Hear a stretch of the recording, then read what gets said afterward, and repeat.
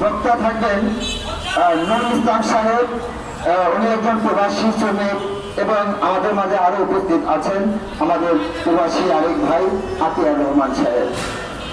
আমি বাংলাদেশ সরকারের কাছে উদার আহ্বান করব যে আমরা বরাবরই দেখেছি অনেক প্রবাসী সংস্থা রয়েছে, কিন্তু এই সংস্থাগুলো রয়েছে শুধু তাদের নিজের স্বার্থের জন্য।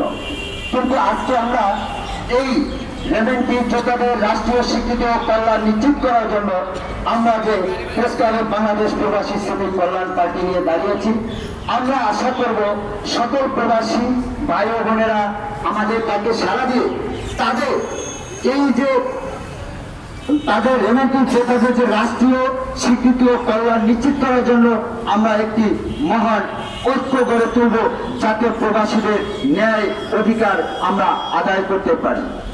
তা আমি প্রথমেই বক্তব্য রাখার জন্য অনুরোধ করব মোহাম্মদ নুরুল ইসলাম ভাইকে।